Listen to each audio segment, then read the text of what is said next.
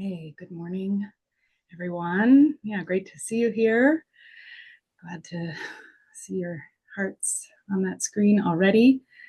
And I'm going to just welcome you with all of my heart. Thanks for coming back again, Drew. Great to see you.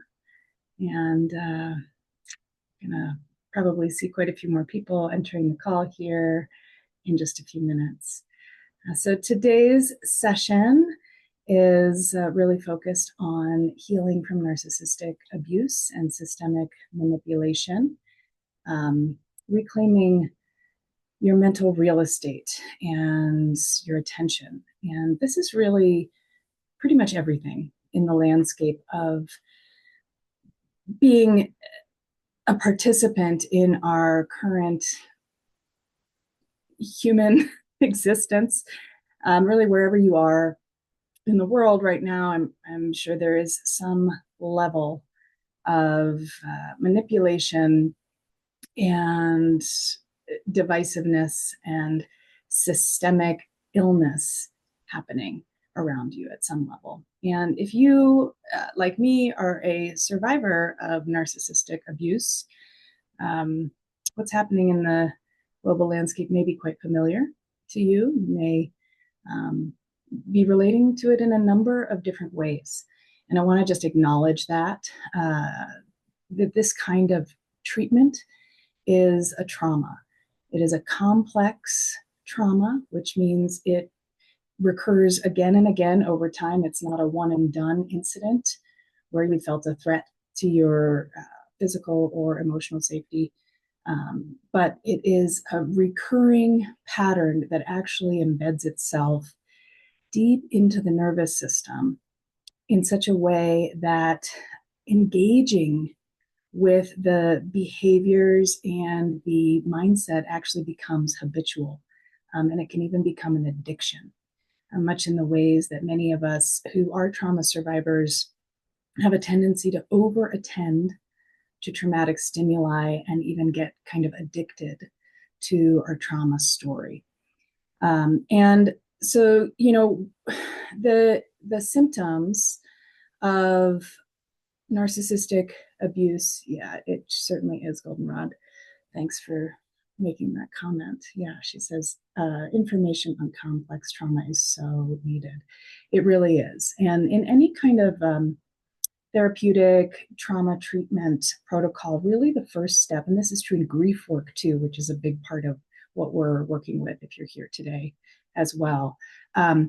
Really the first step is to acknowledge that a trauma has occurred and to acknowledge the wounding without necessarily, putting pressure on yourself to be better or be different or be fixed or be whole or any of those things. Just really giving yourself permission to have the experience you're having of, in the case of manipulation and narcissistic abuse, often it's this deep experience of exile, and exile from yourself, from your own sense of belonging and safety in your own body and in your own mind. And this is really where boundaries are super important. But many of us who are survivors in this landscape, it's not that we aren't doing all the right things and, doubling down on self-care and getting the massage and going to therapy and doing all these things. It's that our boundaries are really, they're kind of confused. And a lot of times this confusion comes from very deep core experience when we were very, very young. There are some common kind of narcissist empath dynamics. And I'll touch in just a little bit on this kind of empath piece. And I'll try to make it relevant to the broader system, but I'm sure you'll probably kind of pick up on the linkage here. So,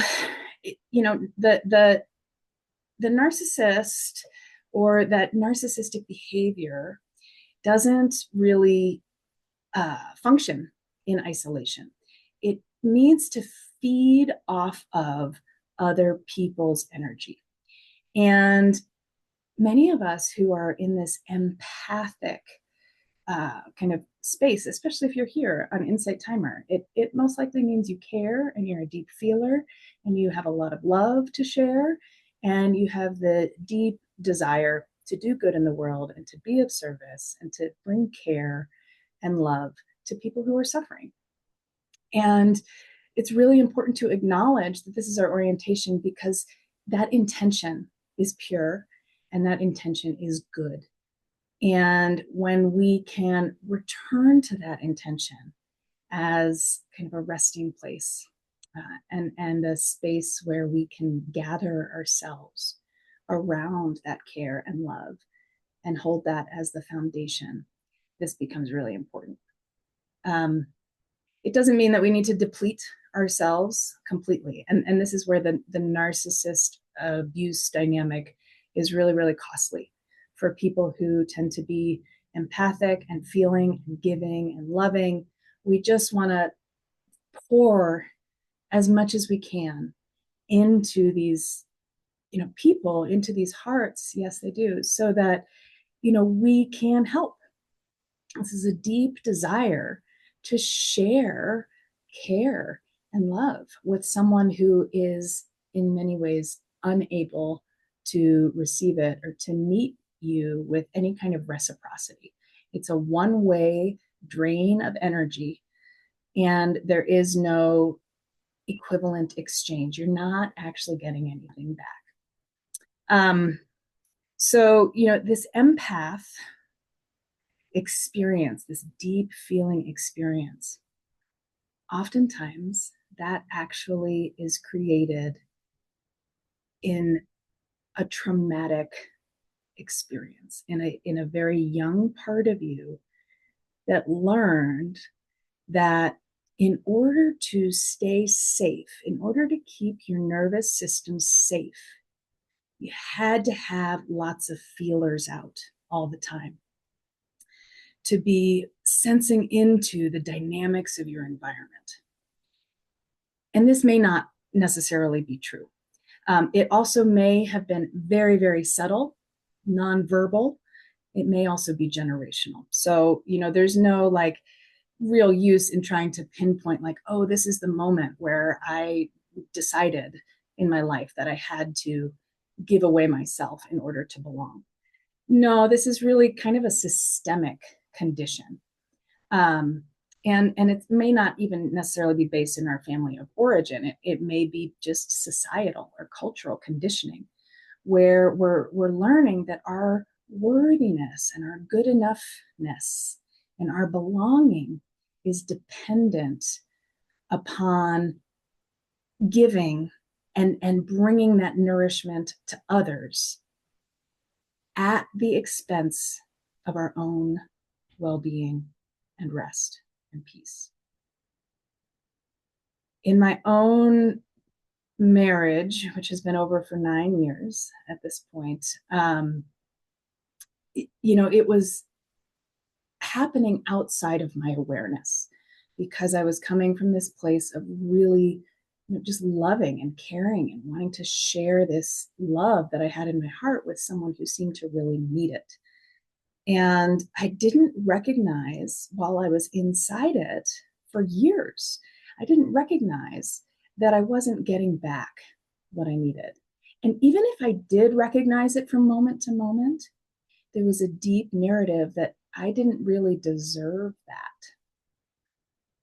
Yeah. So in order for me to feel as though I was in love or belonged in my relationship, it meant to me not resting, not caring for myself before I made sure that he was okay.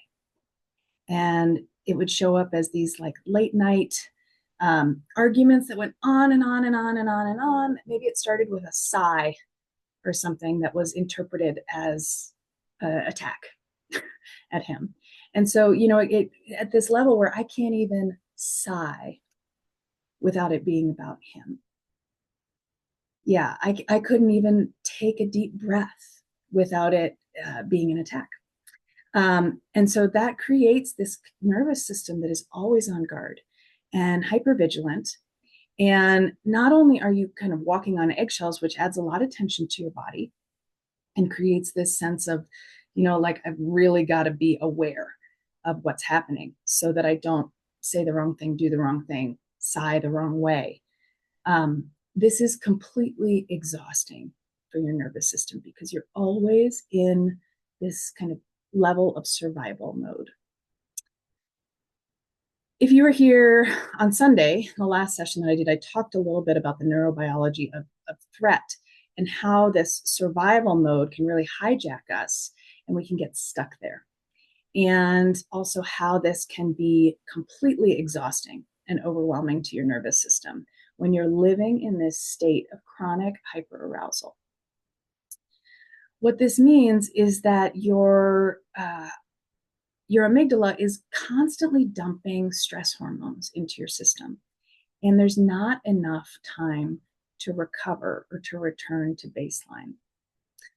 If you were raised by a narcissistic parent, if you have a narcissistic family member or spouse, or even a child, because this can happen too, didn't necessarily do anything wrong, and this is this child's orientation to belonging in the world.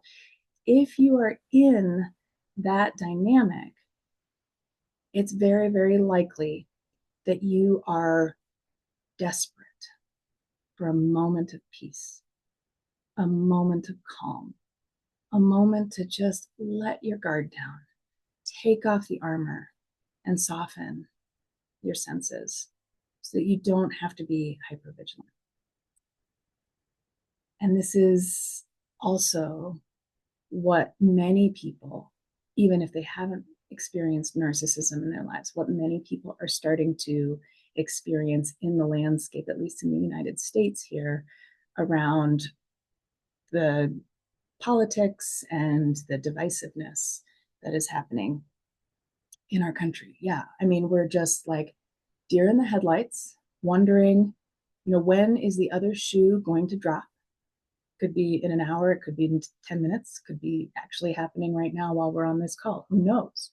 There is always a disaster just around the corner, and it doesn't matter what we do. We can't do anything right to make that disaster or that manufactured chaos not happen. However, because we have a couple decades now of being primed to scroll on our phones and place our attention outside of us in this kind of anxious, attached way, where we're, doom scrolling or binge watching or, reading the news all the time, or like, what's the latest update? What happened now? We're getting bombarded with things in our feed. We're just surrounded all the time by information about all of the things that could go terribly wrong. Absolutely. Yeah. And so there's a comment here. Duchess says that's a narrative perpetuated by legacy media. And it's absolutely true. This fear-based media is deeply embedded into our society.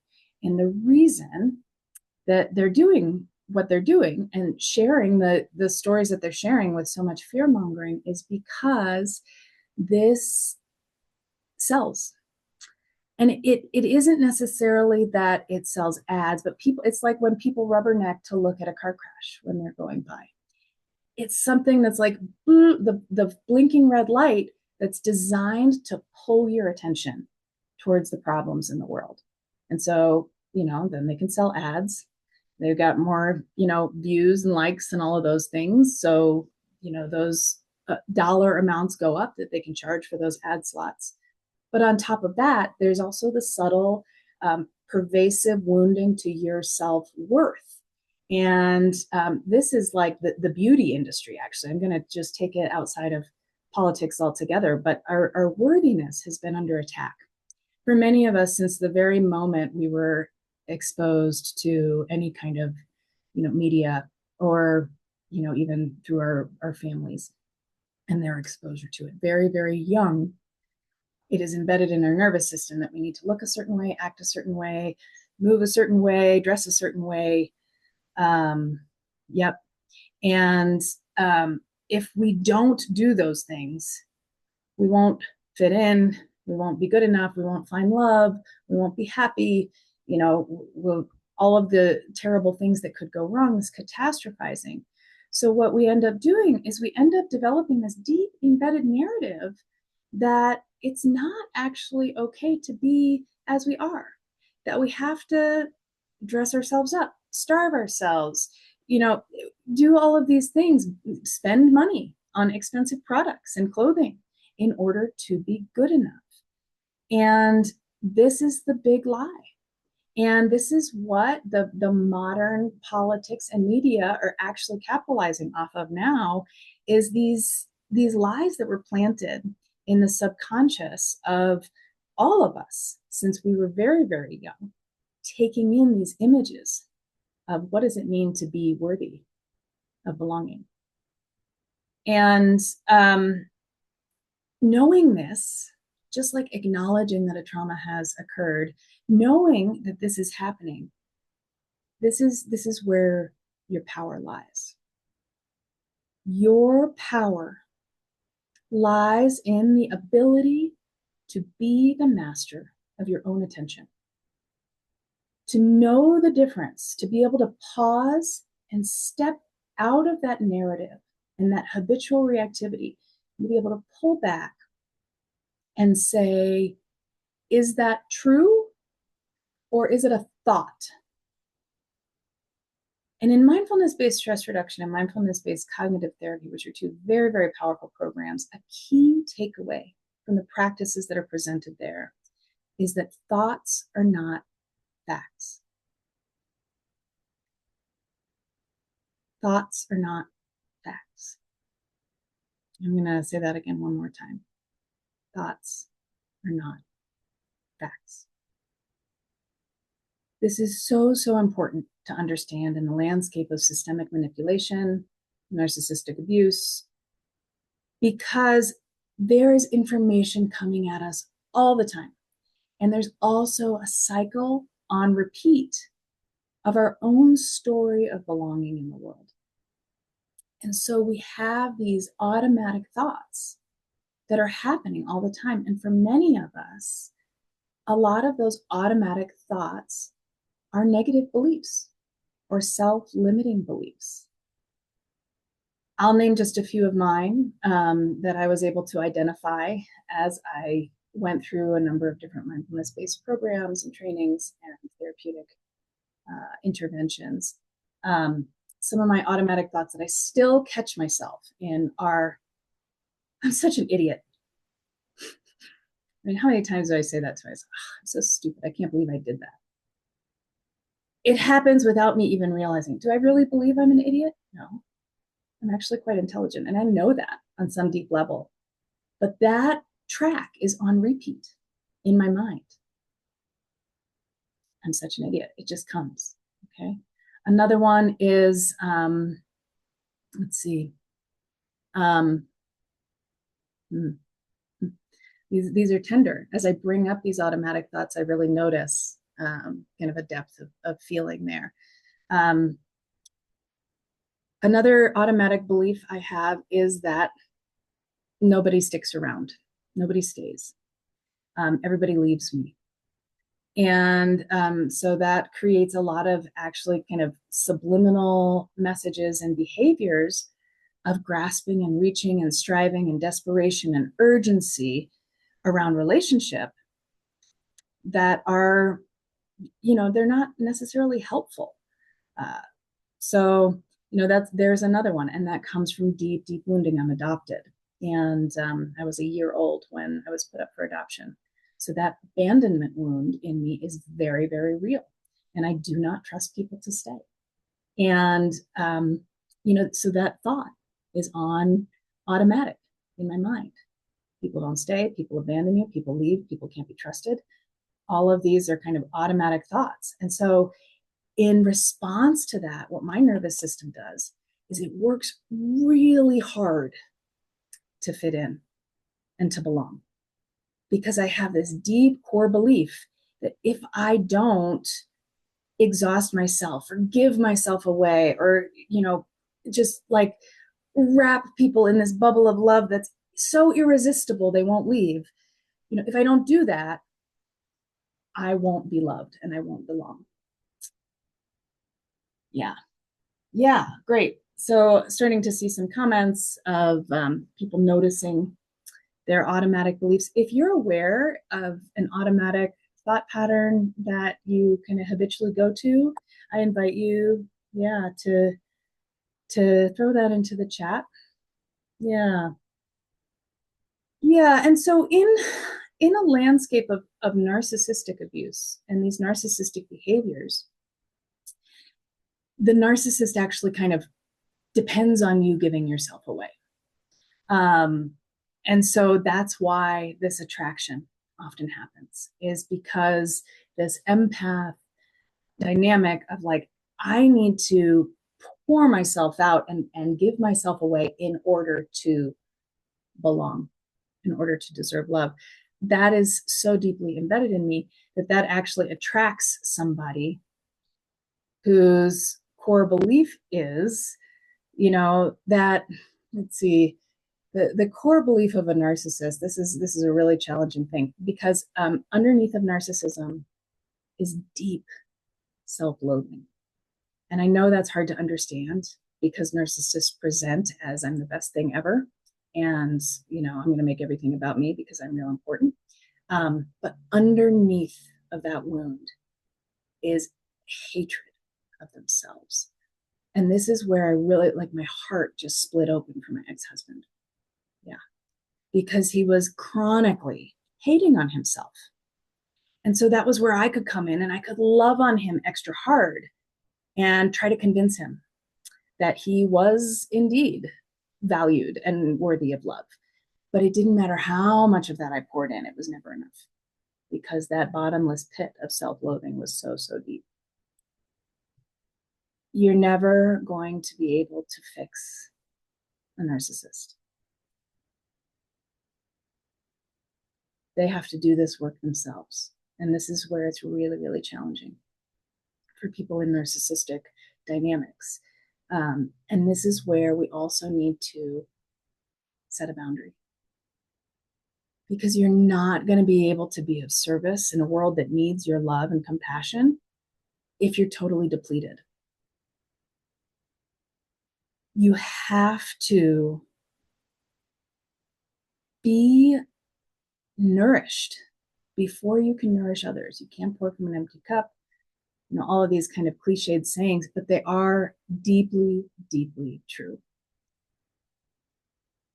The result of continuing to give yourself away, whether it's in a relationship with an individual person or in a relationship with a crumbling infrastructure or a society that is, stripping people of their humanity left and right so that rich people can get richer, you're never going to be able to give so much of yourself that what is happening outside of you heals. You have to reclaim your attention, and you have to start to turn it inward and care for yourself first as a radical act. This is where the real reprogramming happens. I'm just realizing this is on. You guys can probably hear that. Let me turn that off. We've got real, real cold temperatures this morning. It's something like -5 degrees. And my heat is so loud that it really kind of can hear it on the Insight Timer app. So I'll just keep that off for a minute. We have to turn it back on if I get real cold. All right, I want to welcome those of you who are just joining us and pause here for a moment. I want to invite you all to maybe, I kind of do this automatically at this point, but maybe just offering yourself a gesture here of self-soothing, of love for this tender, wounded part of yourself that learned that It wasn't okay to rest. It wasn't okay to care for yourself. It wasn't okay to preserve some of your energy for your own well-being. Yeah, I will try. Yeah, there's a comment here in the chat. Can you repeat what you said when you said you're never going to be able to give enough of yourself? Oh, yeah. So you're never going to be able to give enough of yourself that the other person heals. You're never going to be able to pour enough of your heart out to fill the bottomless pit of self-loathing that nobody can heal for this person but them. They've got to do their own inner work. Yeah.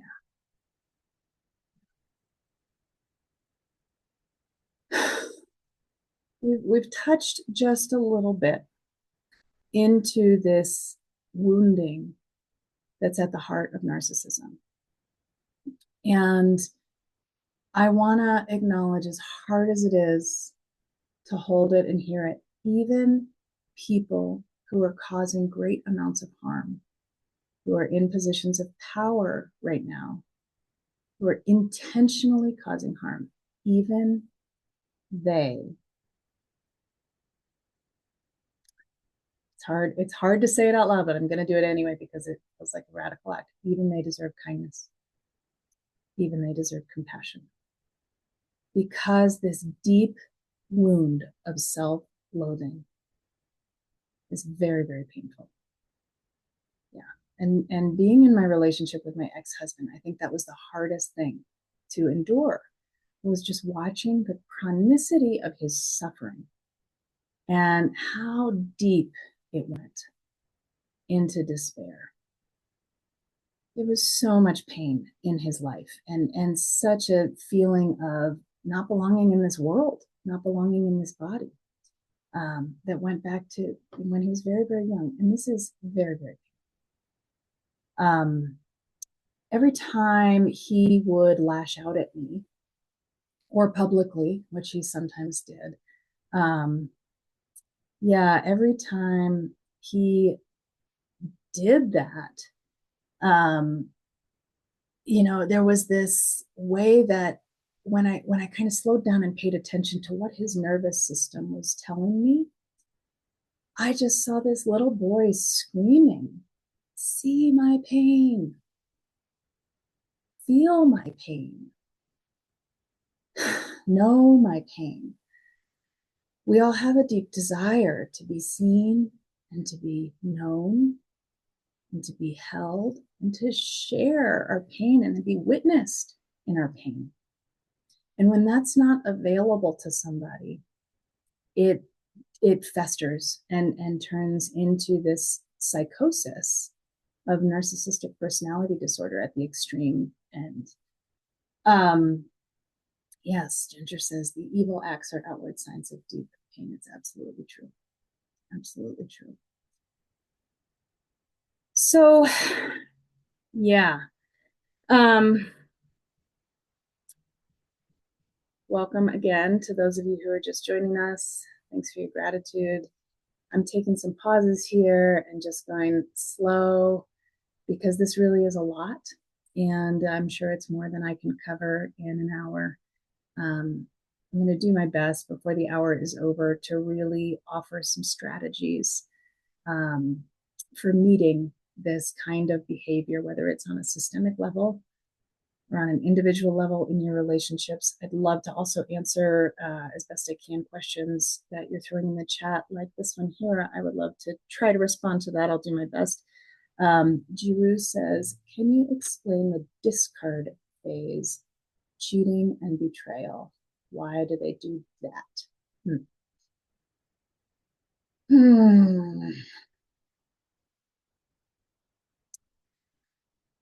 So I think, at least from my experience, and everybody's different, so I can't necessarily speak to anybody else's experience, but in my own experience of it, I think it comes down to the desperation to get enough. And one of the things I noticed in hindsight as I was doing a lot of therapeutic unfolding of my relationship with my ex was in the beginning of our relationship, he actively rejected me and berated me over and over again. And there was never this like feeling of, I didn't get the love bombing necessarily. um, I just felt compelled to help him, and he needed my help. And so there was almost like a trauma bond that was happening there between him and me.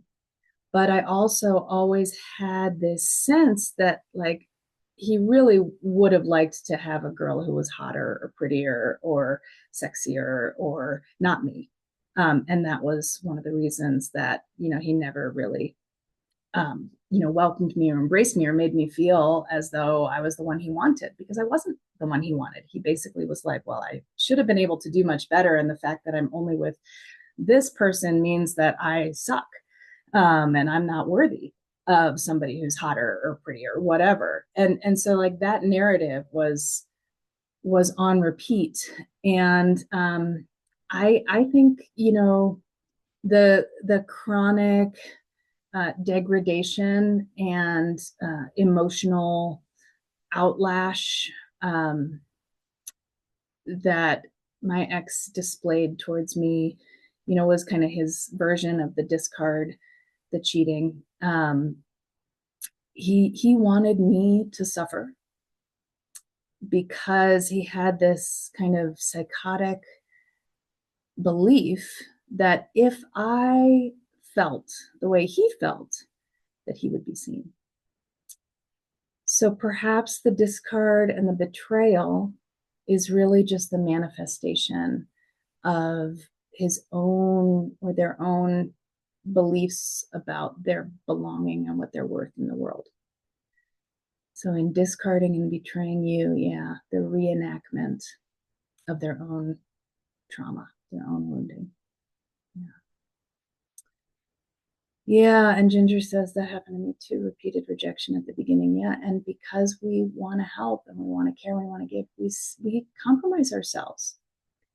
And this is a great segue into how do we help ourselves out of this mess? And not just that, but if you know somebody, yeah, who's in an abusive relationship, whether it's narcissistic abuse or domestic violence, I think the best thing we can do for ourselves and for each other is to really lift ourselves up and to reinforce our worthiness through these radical acts of self-love. And even just a little mindfulness practice. If we take a moment and say, hold on, I need to pause. I need to take a deep breath. I'm going to put my hand on my heart while I do it. I'm just going to give myself a moment of care. This is a radical gesture for someone who has a deeply ingrained belief that they don't deserve care or love, or that they're not good enough.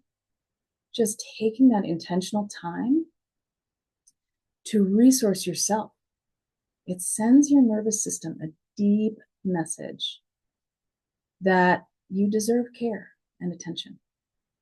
Yeah.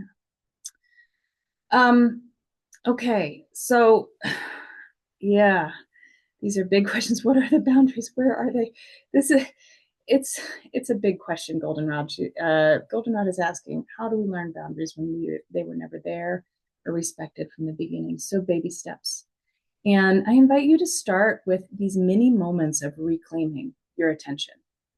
One of the key symptoms, and this is a post-traumatic stress symptom as well, is this rumination, the intrusive thoughts. So if you're here, if you've been in this dynamic, you probably are familiar with the amount of mental real estate that this person or this situation is taking up, and it's overwhelming. The waking up in the middle of the night, the worrying, the wondering, could I have said something differently and then it would have been different. Should I have done this? How can I, just the constant cycle of how do I make it better? How do I heal this? How do I help? How do I, and also like, how do I not,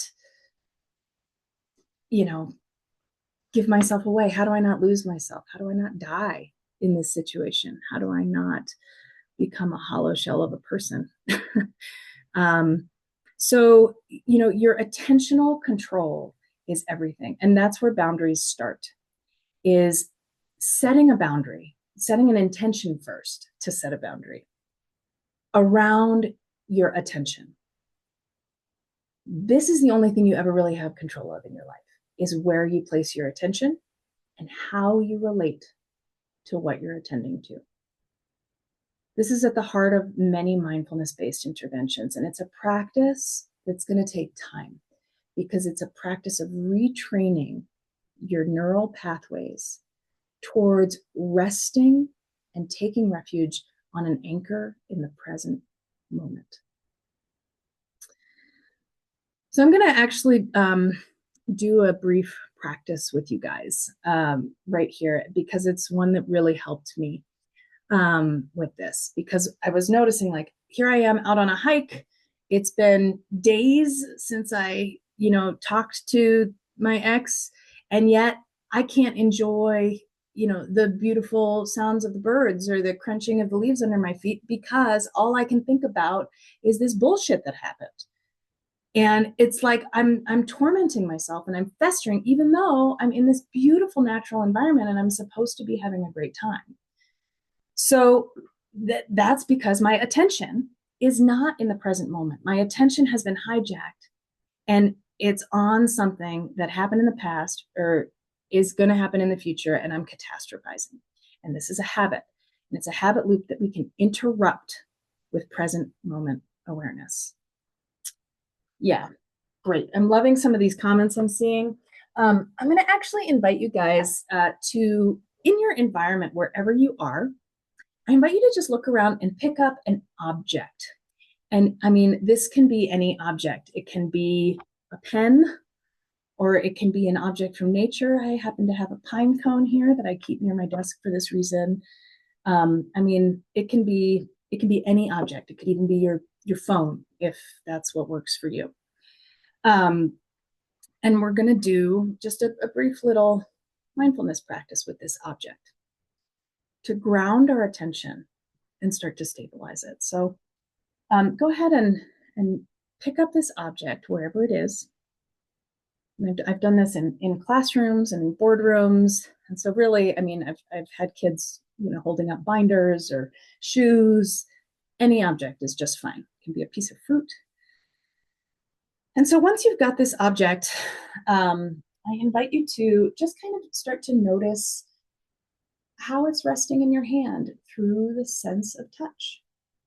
And you might just start to move it around between your fingers, feeling the texture, feeling the shape, its weight, maybe its temperature.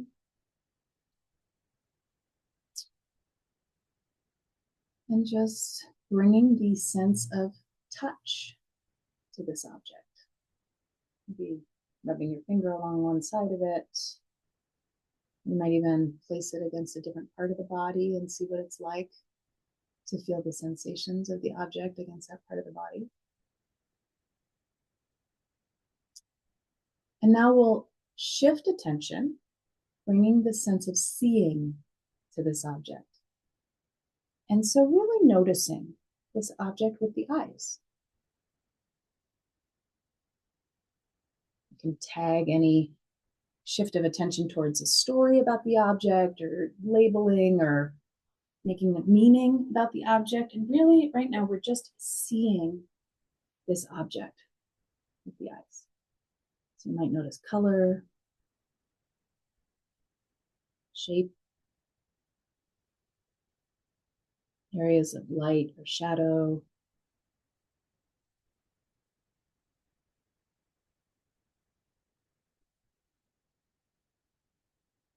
scratches or smoothness. Just investigating the object with the eyes, with this gentle, kind curiosity.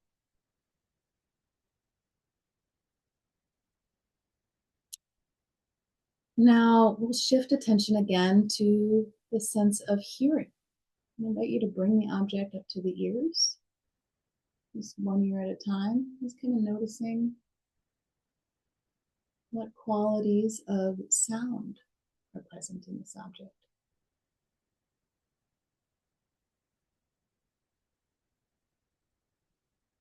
You can shift to the other ear, seeing if there's maybe a difference from one side to the other.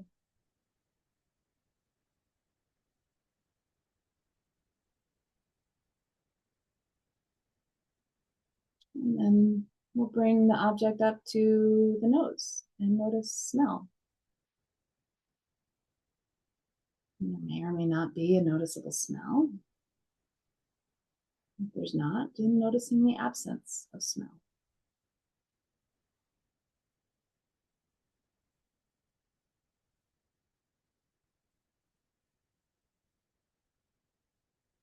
And if you happened to choose an object that was edible, you're welcome to place it in your mouth and slowly start to chew the object. But if, like me, you have an object that is not edible, you could imagine what it might taste like.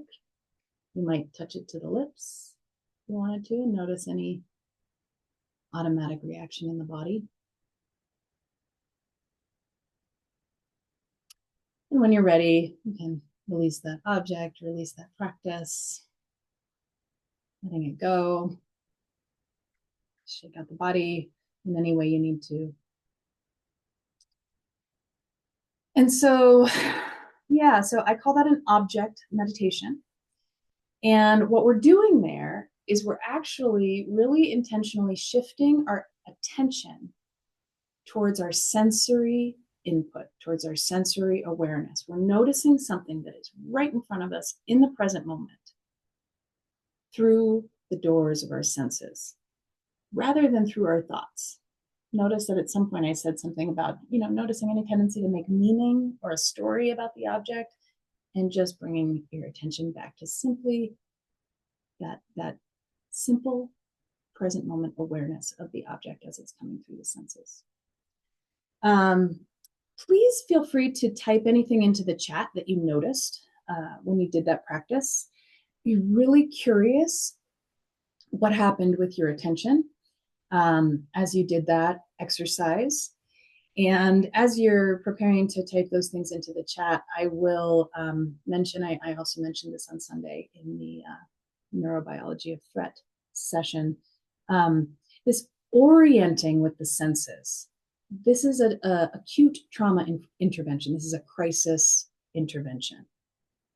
When people have been through a trauma, often they're hijacked, their prefrontal cortex is offline, their amygdala is firing stress hormones into their system. And in order to downregulate the amygdala and bring that prefrontal cortex back online, what we can do is we can bring sensory information about the present moment into our awareness. And on a deep biological level, this sends our nervous system a message that there's not actually a threat in the present moment. And this comes from our evolution and our biology. We have the same nervous system today that we had when we were primitive humans living on the savannah. So this kind of bloop signal that flashes when we have a threat of exile or not belonging, or a threat of physical danger, our senses go on high alert so that we can scan for threat in the present moment. The thing about narcissistic abuse and systemic manipulation is that the threat is not actual in the present moment most of the time. It is a manufactured threat designed to destabilize you. It is a thought, not a fact. So when you practice this orienting to the present moment, where is my body in space? What am I taking in through the senses? This is going to really help regulate your nervous system. In response to habitual rumination and intrusive thoughts and the hijacking of attention that's happening systemically right now, or that happens in narcissistic abuse dynamics, what our job becomes is to retrain our attention so that we are much more habitually resting in the present moment with our awareness, rather than the worry about what might happen or the story about what did happen. What is here right now in front of me? And at first, and it may take many, many practice sessions to actually build this neural pathway, especially if this is a lifelong thing that you've been living with. At first, what you're going to notice as you try to stabilize your attention in the present moment is, it's going to instantly get hijacked again. And there's probably some of you who, during that exercise, just keeping attention with the sense of touch or with the sense of sight for the 30 seconds that we did was very, very difficult. And that's okay, because this is a practice and we're building a mental fitness muscle. And because of our brain's inherent neuroplasticity, it is possible to retrain your brain. And for me, what it looked like was dedicating a practice period for myself each day where I would practice this attentional control. And sometimes I did it in like an open awareness kind of meditation where I just had silence and I was watching, my experience come and go, watching my thoughts come and go, and then noticing when I would get pulled into that, habitual rumination or intrusive thoughts, and then grounding my attention on an anchor in the present moment. And so this is where having a nice long list of anchors available to you that you have practiced grounding attention on is really, really helpful.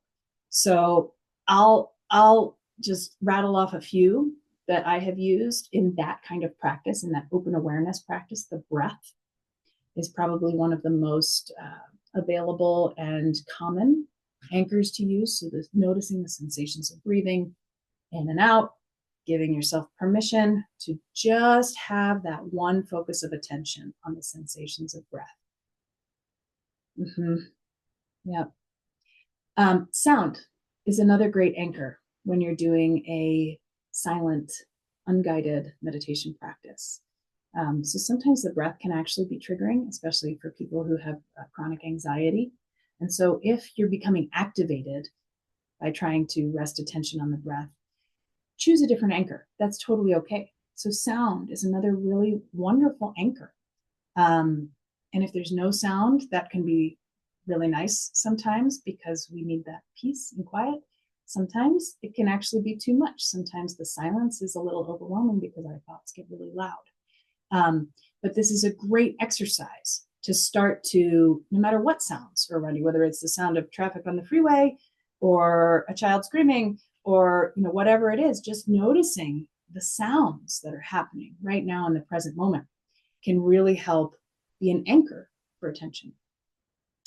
The third would be sensations in the body. And I would invite you to choose maybe, as you practice, choose a part of the body that feels relatively neutral. My kind of go-to is the sensations at the bottom of my feet when I'm sitting in a chair and my feet are resting on the ground, or if I'm standing, just feeling the sensations of gravity in my feet really helps me feel connected to the earth, and it helps my attention just come back to that place of present moment awareness. The other would be, sensations in the sits bones where you're sitting on the chair or the cushion, feeling the support that's available from the earth underneath of you, those sensations of gravity.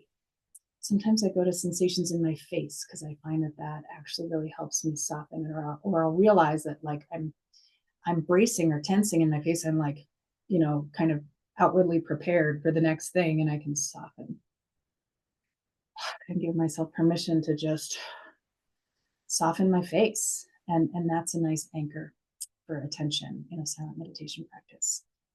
The other thing that I actually would highly recommend, and when I'm triggered, this is what I go to. I recommend using guidance. And the guided practices that accompany a class like mindfulness-based stress reduction are intentionally designed to retrain your attention. So they're often progressive. You start with like awareness of breathing. There's a 10-minute practice on awareness of breathing on my Insight Timer. You're welcome to check it out.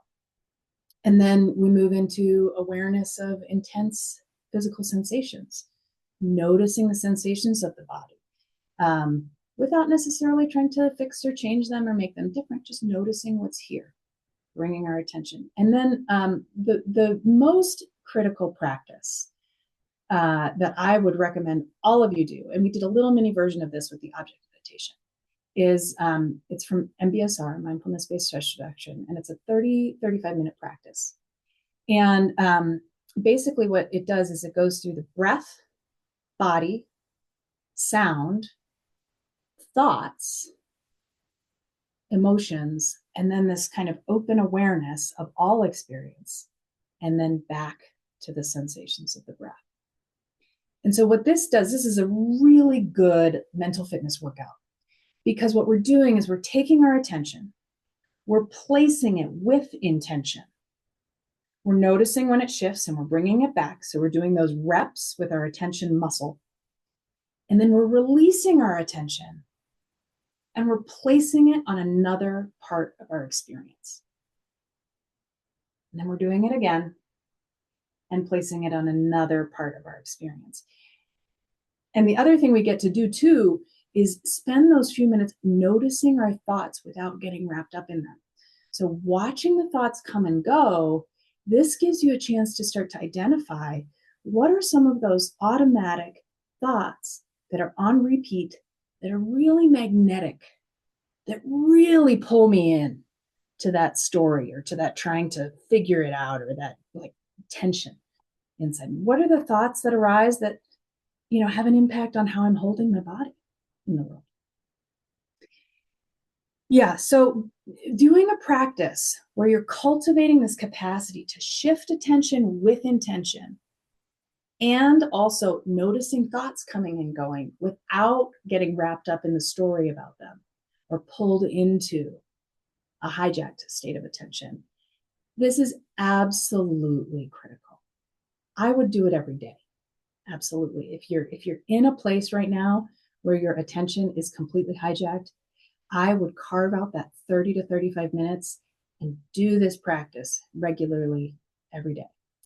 I'm not sure whether I have a recording of this or not. I can post one in the next few days, but there is another wonderful teacher on Insight Timer whose name is Patricia Rockman, and she was my mentor. She's from the Center for Mindfulness Studies, and she has a beautiful recording of the breath, body, sound, thoughts, choiceless awareness practice, and it's the one I've used.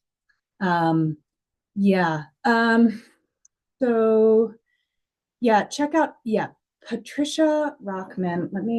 I'll just put, I think it's the Center for Mindfulness Studies on Insight Timer. They also have a website, and all of the recordings are free and available there. So check that out, Patricia Rockman. Yeah, she's a wonderful, wonderful mentor, and I learned everything from her. Okay, so attentional control. It's absolutely everything. What you're going to find as you start to retrain your attention to rest in the present moment is you're going to find that you are actually taking your power back, because nobody has a right to take up space in your mind, to rule your thoughts if you don't give them permission. So this is the first and most important boundary that you can set. Plenty of other boundaries around your time, your body, other things, but your attention is absolutely everything. And in the landscape of this systemic manipulation that we're seeing on a widespread level, they're making money off of your attention. And so they're keeping you in this manufactured chaos because it's profitable, and not because it's good for you. It doesn't mean that you need to disengage and not read the news and say, I'm just turning it off until, politics changes or whatever. That might be what you need to do for a period of time in your day. You may need a break. But it's about being in the driver's seat of your attention rather than, being taken along for a ride. And so if you can just start to notice those moments, like, am I being taken for a ride here? Am I in charge of where I'm putting my attention? If I'm not, let me reclaim it. And that little object meditation that we did is something you can do anywhere, anytime. Just a pencil on your desk, your feet on the ground. If you go back and join this live, did you, I'm not sure I understand your question. But if you want to clarify, yeah, I think you'll be able to come back in at least for the next 4 minutes. But if you want to message me, Jiru, outside of this session, once it's over, I can find a way to send you the link to that practice that I mentioned. Okay, yeah, we are very, very quickly running out of time here this morning, so there will be more. I'll do another session probably next Wednesday at the same time and go a little bit deeper into what we've been talking about. Practices for cultivating attentional control are going to be your number one line of defense. What's going to happen over time is that your nervous system is going to become more and more habituated to resting in the present moment, and being able to be in the driver's seat of where you place your attention. And this is everything, because when you're hijacked into reactivity, you're reacting without all of these capacities available that come from the prefrontal cortex being online. But if you're in the driver's seat of your attention, you've got all of these capacities available. So you can skillfully choose a response, which may be something like, I'm not going to participate in this right now. And I think that's really the thought that I'll leave you all with today, is you do not have to participate in abusive dynamics. In fact, when you participate, you perpetuate them. And this can be a hard pill to swallow, especially with that empath narcissist dynamic, because we want so much to help. We want to show our care. We want to show our love. But by responding to those messages, by continuing the argument, by staying there in that battle that's happening, you're prolonging it, you're perpetuating it, because the narcissist or the manipulative system is feeding off of your attention. So it's always going to be trying to get more. Reclaiming your attention and developing this fierce attentional control is absolutely everything. I want to close by offering a resource. And if you were here on Sunday, you probably saw me mention this. And not to be selling or promoting any products outside of Insight Timer. I do want to just kind of tag that if finances are an issue, I'd be happy to try to find a way to provide you with this resource at no cost. But I did write a book about these boundaries and about how to reclaim your attention. Yeah, it's challenging. And Marjorie, every situation is different. But nonviolent communication offers some really skillful ways to navigate this. If the other person isn't available or willing to receive nonviolent communication, though, it can be really, really challenging. Yeah, good, great. So I think sometimes it really is just the reclaiming your attention, how to best push back, say no, or walk away without starting an argument or fueling battle. Well, so think about this for a second, Marjorie. The three things you listed, pushback, saying no, and walking away, are all ways to set a boundary. Say no, I'm not participating in this right now. The other person might not be happy with you doing that, but it's not your job to make them happy. Their emotional well-being is not your responsibility. So you can walk away from a situation where you're leaving someone unhappy. That's okay. You don't have to fix everything or soothe everything in order to take care of yourself. You can set that boundary, take space, and the individual language or approach you use is probably going to be unique to your situation. And sometimes this can really infuriate a narcissist because you're taking away their energy supply, because they're feeding off of keeping you in that cycle of reactivity. So you need to make peace with the other person being upset. And that's okay. That's their deal. That's not your responsibility to take care of their emotions. You have to take care of yourself, and that's your boundary. Yeah. Quieting your system and seeing truth. Yeah, thanks, Char. That's really, really important. Giving yourself that little bit of space. Mm-hmm. Okay, one person always says something that triggers me and makes me feel sad. So how do I stop thinking all the time? It takes away my peace of mind, energy, eating junk food. Yeah, Jody, thanks for sharing that. Yeah, you deserve peace. And you deserve to have a refuge within your own mind where your mental real estate is not being taken up by those thoughts. So you may need to actually set a boundary within yourself around what am I going to attend to and what am I going to not allow to take up space. And I think the concept, even just the phrase mental real estate, really, really helps me because they're not paying rent. They are invading my mind if I have not given them permission to be there. So, I'm going to evict them. They do not get to occupy that space in my mind, especially, they're not even in the room. They're not even there. So I am taking back control. And so what you have to do is you have to shift your attention to something else. And this is where the mental fitness training comes into play.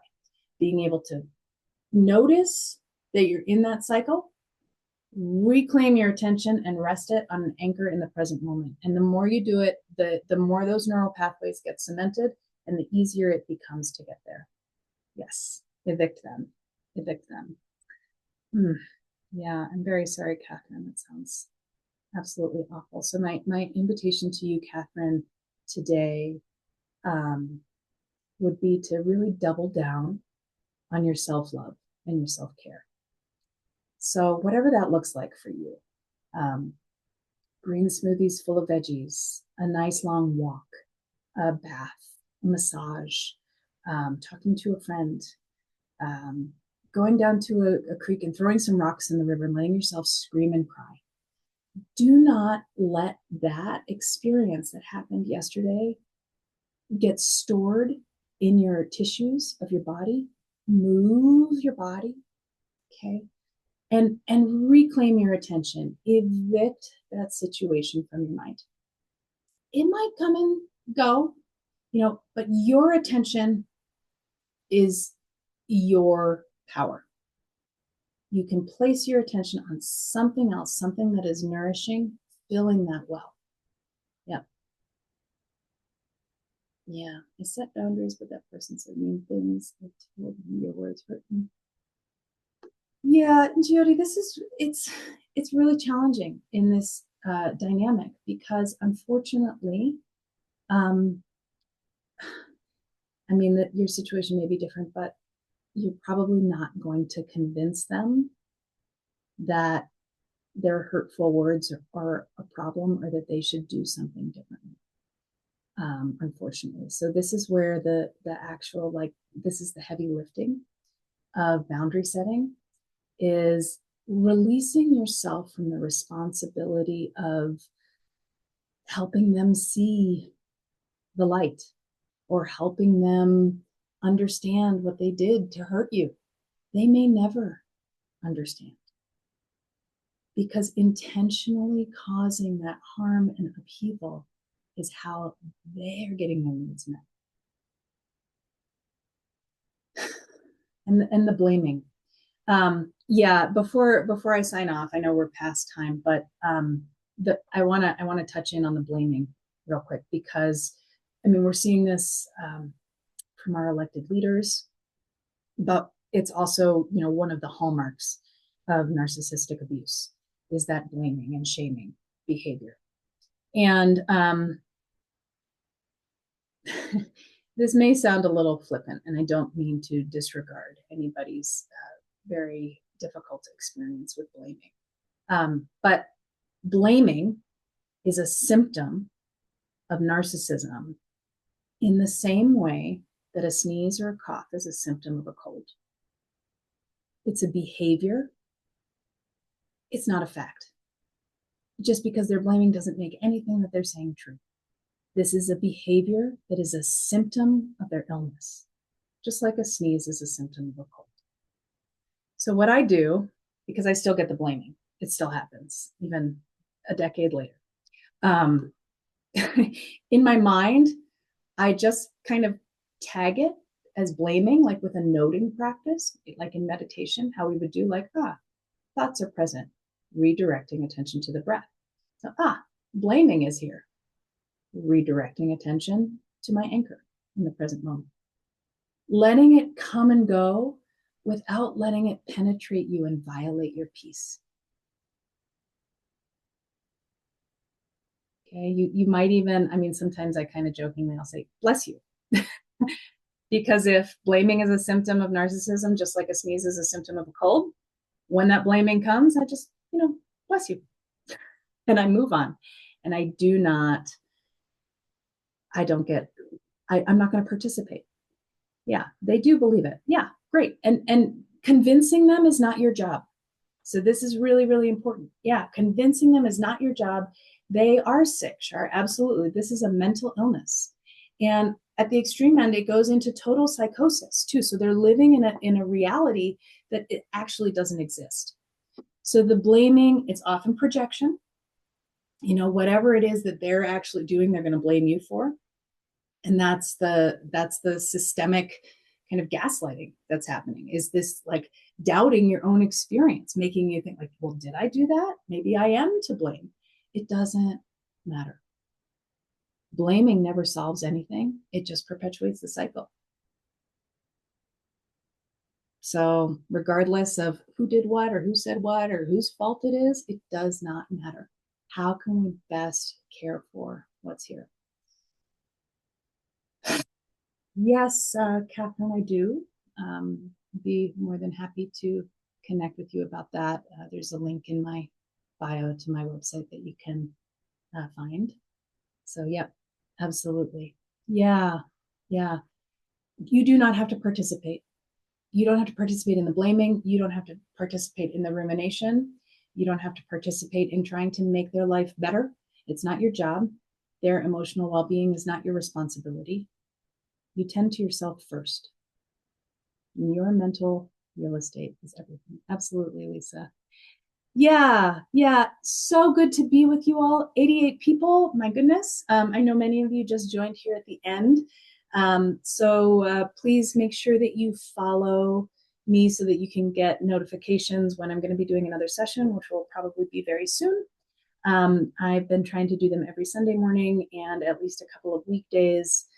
And this is a topic that is very, very close to my heart. I will continue to do sessions about it. There may be some repeat. There will probably be some more information. If you are interested in this book and you need financial assistance to get a copy of it, please reach out to me. I'd be more than happy to help facilitate that. What we did today mostly comes from chapter 3 of this book. So there's quite a bit more. There's 14 chapters. So there's quite a bit more to do beyond the reclaiming your mental real estate piece. Yeah, and we'll have other sessions to deepen into that. But small moments, many times. Repetition, repetition, repetition. The more often you cement that neural pathway of, no, my attention is in my control and I'm placing it in the present moment with something that's right in front of me, and that is a non-negotiable. The more you do that, the more that's going to become the baseline and the kind of automatic path of your mind. Yeah, yeah. I'm a couple years out from, really getting fierce about my boundaries with my ex. And since then, I sit and do a morning meditation practice for 30 minutes every single morning. And that is an absolute non-negotiable for me, because this is my way of reclaiming my mental real estate and making sure I am priming the pump so that my day is in my control and my mind is mine. It's my own. And I get to decide what comes in and what I attend to. All right, y'all. You got this. Love yourselves super hard. Give yourselves those gestures of self-care. Do some body scans. Do some guided meditation practice where you're really focusing on reclaiming your mental real estate. Yeah. Well, the poison is the medicine, right? And this is the magic, the alchemy that gets to happen when we turn our grief and our rage and our fury into fuel. Yeah. I did too, Jody. I gained like 75 pounds. And when I divorced my ex, I lost that much weight. It was like I lost a person physically in my body. But before I lost that weight, I was crippled by back pain and I actually had to have a surgery.